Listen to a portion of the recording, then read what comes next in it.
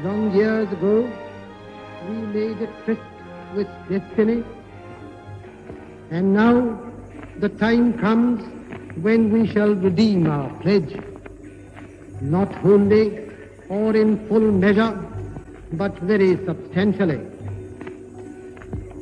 At the stroke of the midnight hour, when the world sleeps, India will awake to life and freedom. The only true cooperative that was started in India was Amul, and you can see what it has done.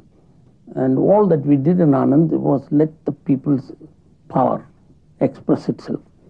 And in order that it may be effective, we combined their power, which is the biggest asset of India, the power of our people, with professional management. Now, therefore, our attempt must be to create a plurality of democratic structures, which the people manage, giving meaning to democracy and underpinning the government in Delhi. We want agriculture is the largest private sector enterprise in our country. Over 600 million people are in agriculture. People don't realize when you talk about private sector enterprise, we talk over some big companies and so on. But the largest single private sector enterprise is agriculture. Industry is now really leading to jobless growth. The job-led growth only can come from agriculture. Immense concentration of atomic energy has made possible other developments whose immediate results have been less happy and which have placed a pall of fear over the peoples of the world. I refer, of course, to the development of atomic and hydrogen bombs. A widespread atomic power industry in the world will necessitate an international society in which the major states have agreed to maintain peace. Research and inquiry has to be one of the component of the teaching and research. Second one is creativity and innovation. Third one, use of high technology. Fourth one, entrepreneurial leadership. Fifth one, moral leadership. And all the five components make the creative education. Hello, everyone. As an ethnographer of imagination, designer, catalyst of co-creation, poet and author, my curiosity and my mission is to cultivate curiosity, compassion, and creativity in people.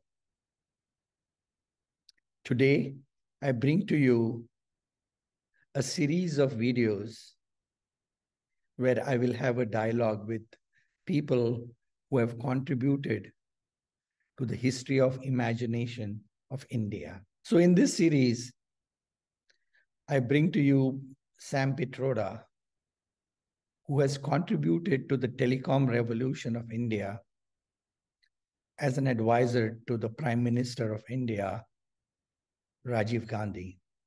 We have collaborated to expand the design education network in India. So over to Sam.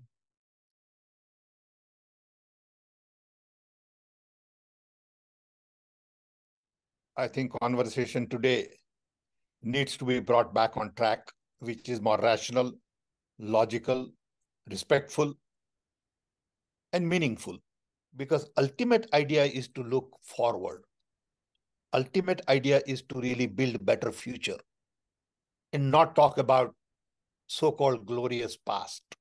So I would say our founding fathers had great vision and very difficult task.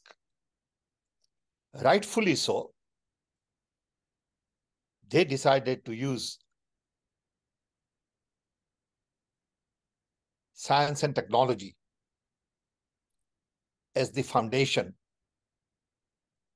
to build institutions and infrastructure India would need in the future. They were right on track, saying, unless and until we build human capacity, we cannot move forward. Indians are all over the world.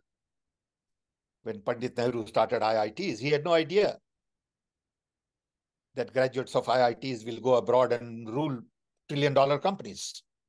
So I'm one of those who firmly believe that for innovations to flourish, you need flourishing democracy, freedom of thought, freedom of information, open communication, ability to debate, discuss, argue respectfully, not take it personally.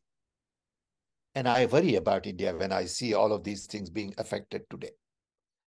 When you look at the media, that mass media that people have access to, and the political discourse, it's kind of got clouded. The whole spirit of innovation, future thinking, progress has been hijacked, and I call it like pseudo nationalism and regressive thinking has taken over. And I see it affecting, though this virus, I see it affecting people's minds. So my question is, I don't want to reject India's ancient traditions, but in the context of science, reason, and innovation, what do you think? Like, what do you think of? How do you look at the past that we have inherited and its reference to the future?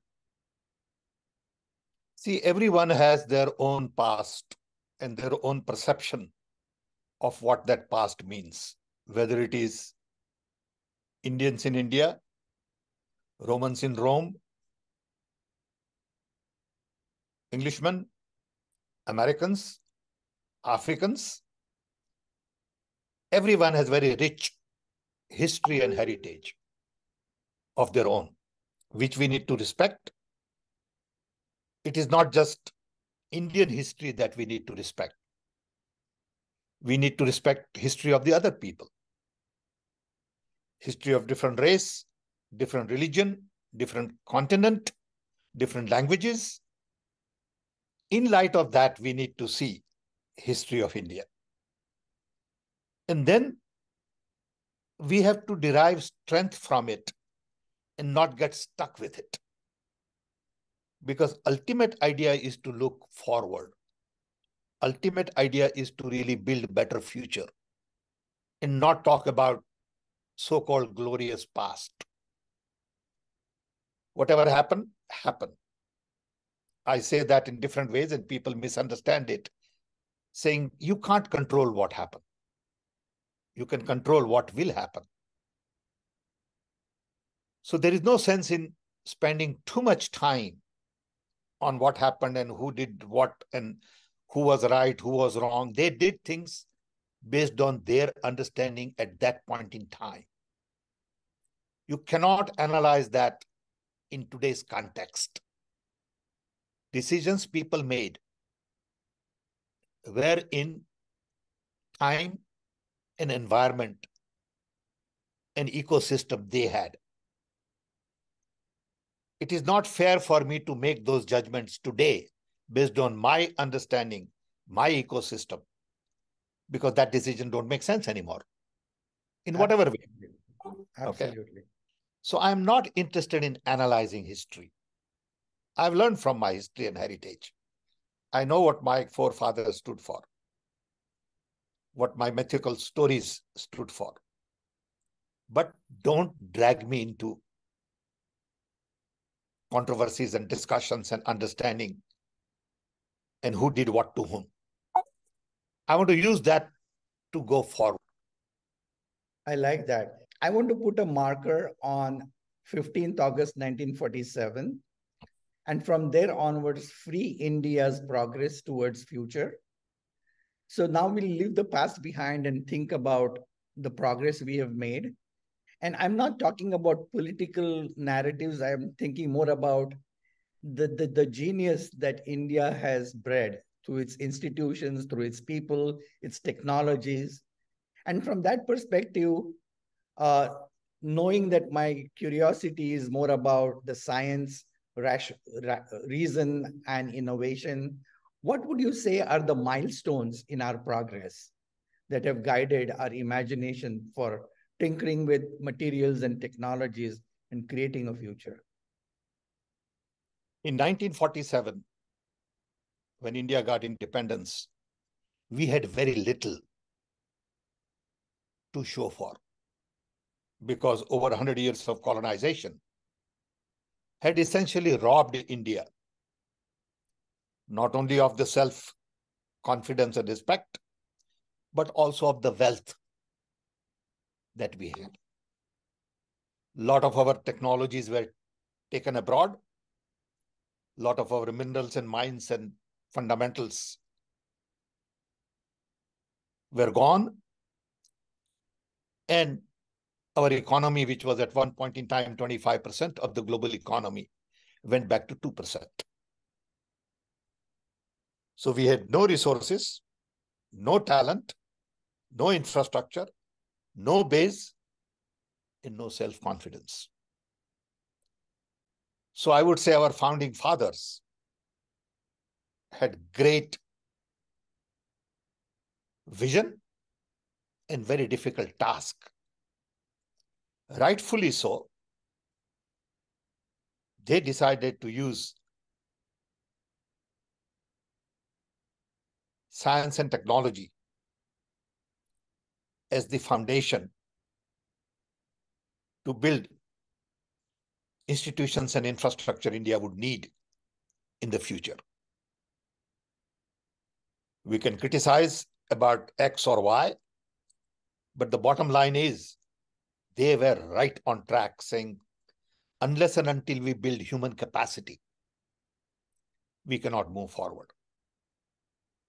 The human capacity in building water dams, roads, building education institutions, research institutions. So Nehru's of the world had this grand vision. There are people who criticize Nehru, but they have no understanding of what it takes to build a nation from scratch. So our founding father decided to focus on higher education. Of course, basic education was very important, but at the same time, we needed people to build a nation.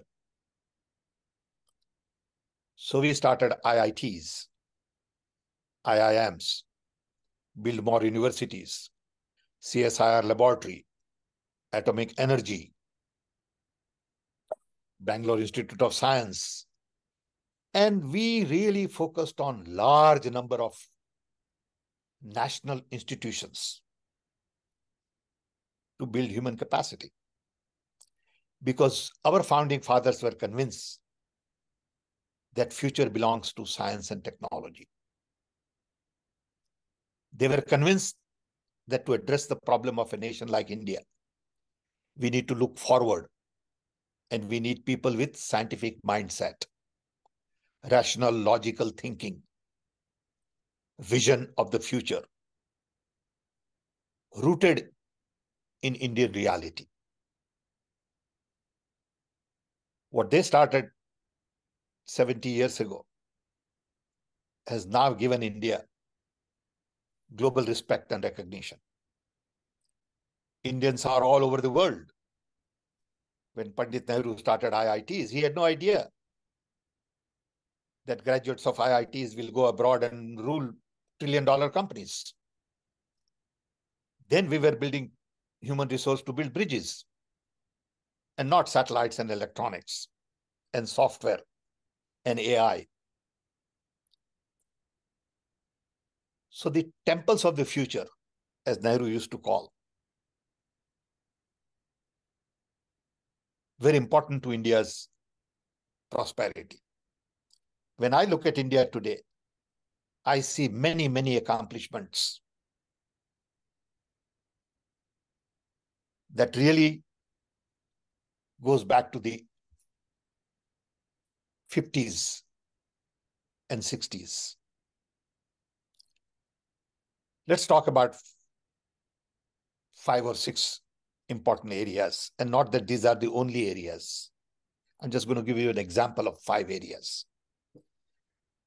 1, atomic energy. No one thought that India, getting independence in 47, will become a global player in atomic energy. It was Nehru's vision and Baba's domain expertise that came together, where Nehru gave Baba free hand, support, motivation, political will to build atomic energy infrastructure for India. Look where we are today. We are a major power in that field. We have huge number of experts. We are recognized as a respectable thinkers in atomic energy. Next one was, during Mrs. Indira Gandhi's time, people felt that India will not be able to feed herself. Many people used to say India is a basket case. But the emphasis on green revolution, led by Dr. Swaminathan, Dr. Rao, Dr. Randhawa, and many others, really created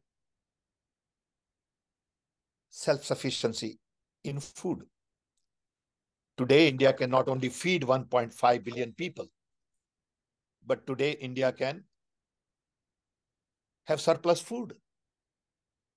Unthinkable 50 years ago. Credit goes to our agricultural scientist. Credit goes to political will. Then space. I mean, people used to say, what a poor country who can't feed do in space. Today, we are a leading player in space technology. We send our own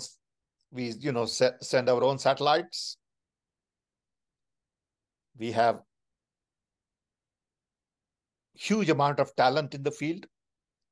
And Vikram Sarabhai, Dr. Dhawan, U.R. Rao, and many others, and I can name 50 more, who gave their best to space technology, and Mrs. Indira Gandhi provided political will. So we are a champion today in space. Then came Korean idea of cooperatives. Got support from Tribhuvan Bhai Patel. And then all kinds of political leaders supported him. Congress, non-Congress, others. And we had a milk revolution. Today, India is the largest producer of milk. Then came Rajiv Gandhi, and I had an opportunity to work with him on IT, telecom, and other technologies. I always say that he gave meaning to my life. I was just an engineer. I could have built a big business, made lots of money, but he gave a special meaning to me, that you can help connect India. Then we had 2 million telephones. It used to take 10 years to get a telephone. No one ever thought that in 30 years, India would have 1.4 billion telephones. India would be a country of connected billions. That revolution started with Rajiv Gandhi's support. We built CDOT, CDAC, software industry, NASCOM. Today, not only we have 1.5 billion phones and we are a country of connected billion, but we also generate close to $200 billion worth of software export every year, year after year. Indians are recognized as global IT talent all over the world. You go to any country, you will find Indian IT experts. You go to Silicon Valley, half of the startups are started by Indians. You go to Europe, you will find Indians all over. Even in Scandinavian countries, you'll find Indian software people. It has created 5-6 million jobs, high-paying jobs in India. These 5 are simple examples. I'll give you another example. During Rajiv Gandhi's time, we had technology missions. One of the missions was immunization. India did not make any vaccine in early 80s. We decided to work on polio vaccine in mid 80s. We had no knowledge of anything. We sent a team to Russia, team to France, and decided to blend vaccine in India. Today, we are the largest producer of vaccine in the world. These are all kinds of major accomplishments. We had close to 100 universities. Now we have over 1,000 universities. Look at the kind of things we have done. We should be proud of what we have done and not undermine what we have done. Of course, we could have done a lot more. But don't underestimate the contribution we have made in the last 70 years. We are where we are because our founding fathers had the vision to push scientific thinking, rational, logical thought. And they were not hung up on conversation rooted in religion. They were not hung up on clashes between communities. They were not hung up on religious rhetoric. They were not hung up on hate, lies, misinformation. Today, a lot of that goes on. And if you have faith in science, you think things differently. Science is all about finding truth. It is in search of truth that you take a journey in science. And when you find truth there in science, it affects entire humanity. That's beautiful. When I find truth in religion, it affects only me. But if somebody breaks DNA, it is for humanity to benefit from it. If somebody knows how to launch a satellite, everybody benefits. So the truth in science, to me, is so very important. And you look at the developments in last 70 years, whether it is invention of transistor, and I remind myself that transistor was invented after I was born. I was born in 1942. Transistor was invented in 1947. Look at the impact of that little invention on humanity. From communication to control, to weapons, to peace, to, images, you name it. Everything has changed because of transistor, integrated circuits, software, now smartphones, applications. How could you do all these things if there was no science, if there was no future? Unfortunately, everything that we use today was invented in last 50, 60 years. And every invention has only come from the US, from no other country. Japan hasn't invented anything. Europe hasn't invented anything. India hasn't invented anything. Pardon me for saying it. The fundamentals, whether it is laser, DNA, biotech, nanotech, material, all came from US. Some may be out of defense research. But the focus on science and technology here in a democratic framework was very important. Russia did something, but didn't invent anything fundamental. So I'm one of those who firmly believe that for innovations to flourish, you need flourishing democracy, freedom of thought, freedom of information, open communication, ability to debate, discuss, argue respectfully. And challenge. And challenge. and not take it personally.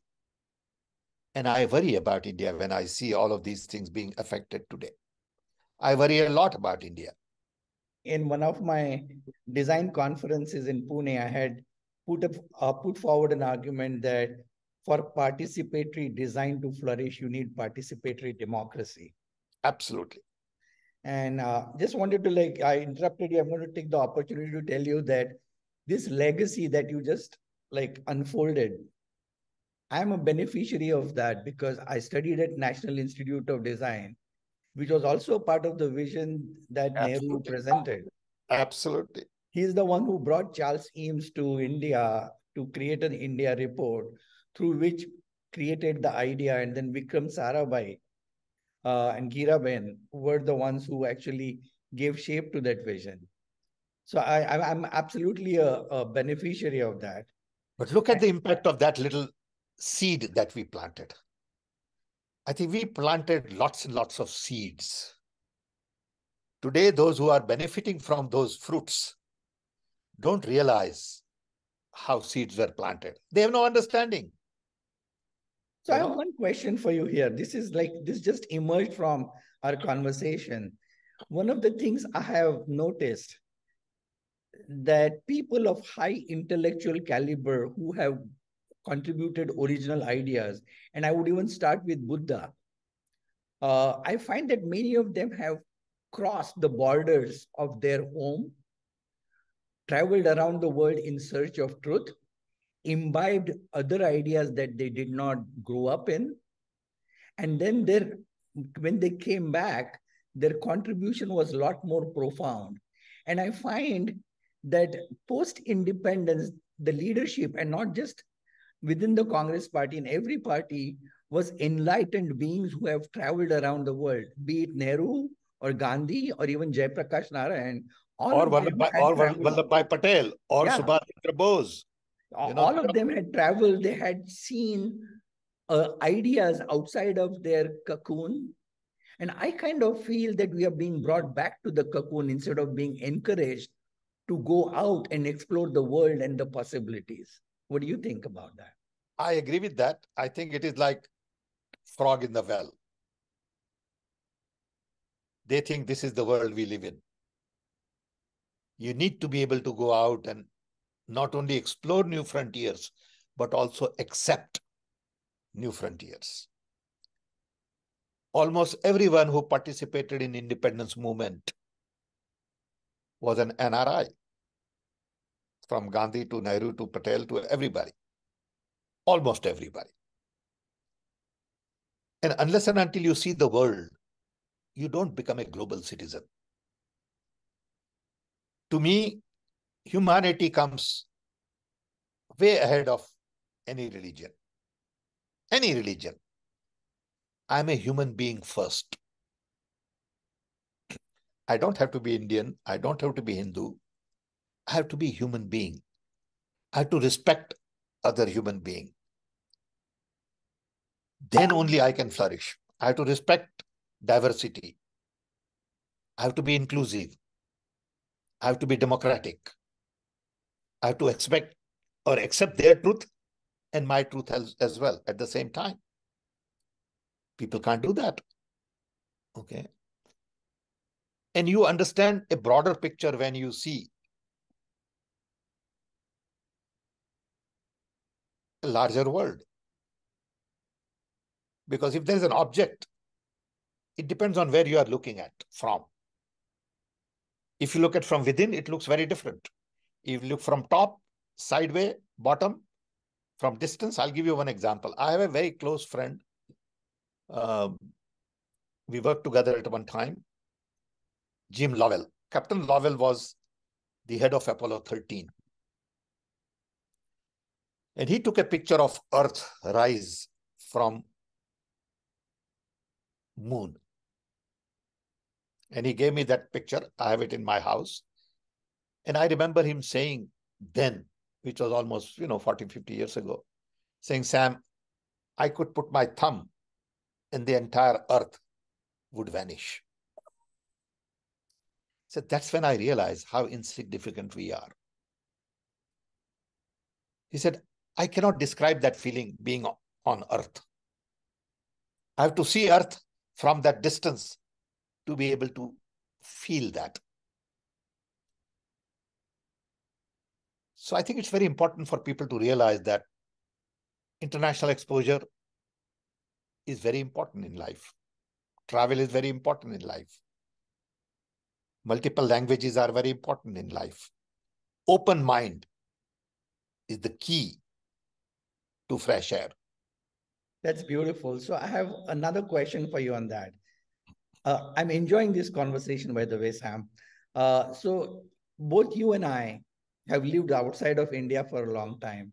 So like global stage is our karma bhumi, but our matrubhumi is still India. You've done a lot for India. So I wonder what needs to be done in India so that Indians who come to the US, go to other places, they flourish in their capacities, in their creativity, in the outputs they generate. How can we create the same opportunity for people within India? It's the same people who come with the same basic education. They inherit the same legacy. What's keeping people there from having the kind of open space that people who have succeeded here have? I think it's a very complex question. But we can begin this conversation by saying environment, ecosystem, rules of the game. We really need new work environment, new work ethics, new work norms, new work habits. Our conversation today is not about collaboration, cooperation, and co-creation. Our conversation today is about command and control, centralized system.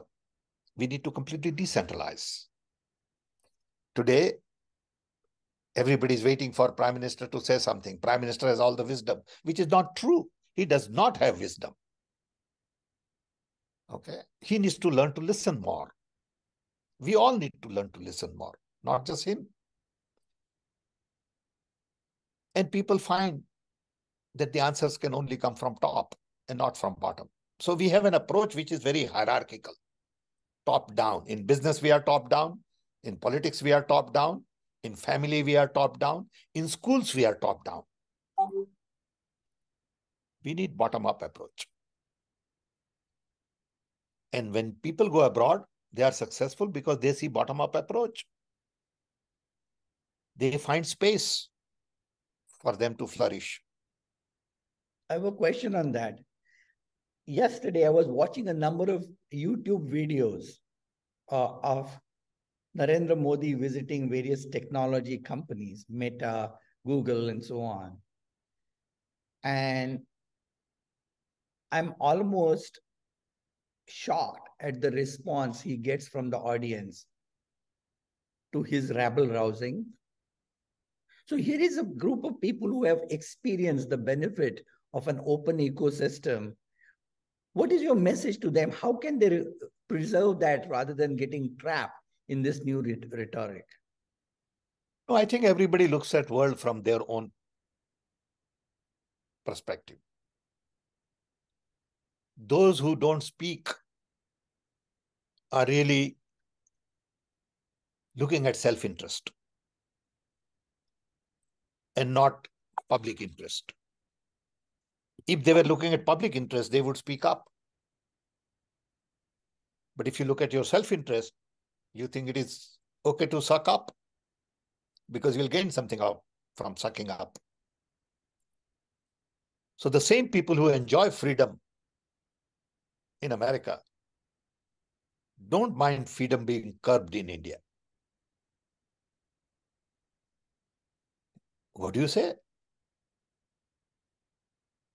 Because these are the people who believe in building temples in America. These are the people who are more religious minded than they were in India. But at the same time, they're writing code for artificial intelligence. That's the contradiction they have no problem living with. Okay. They live with contradictions. They accept these contradictions in life.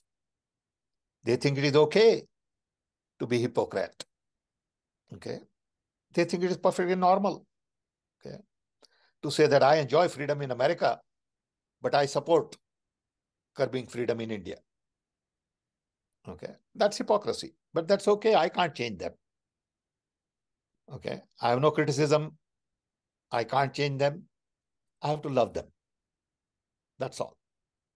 Okay. I feel sorry for them. But I have no control. Okay. So I don't argue with anybody here. I have my own views on what is going on in India.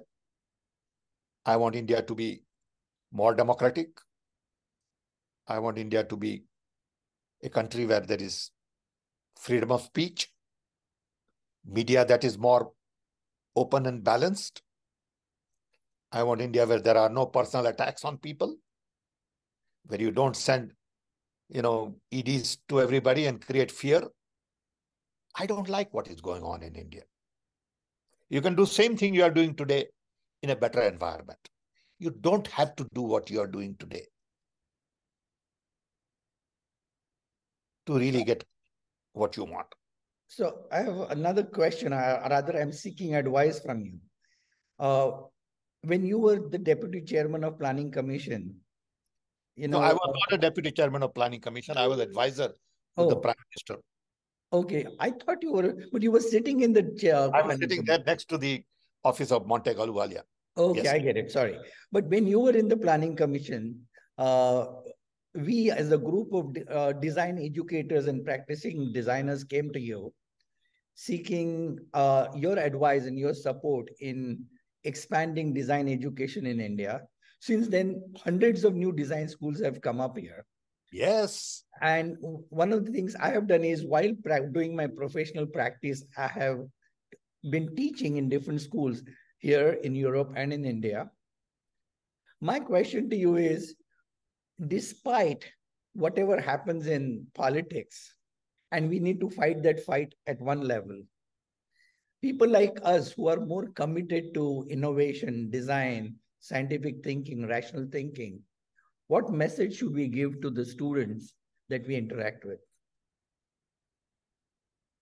I think design is a very important part of life.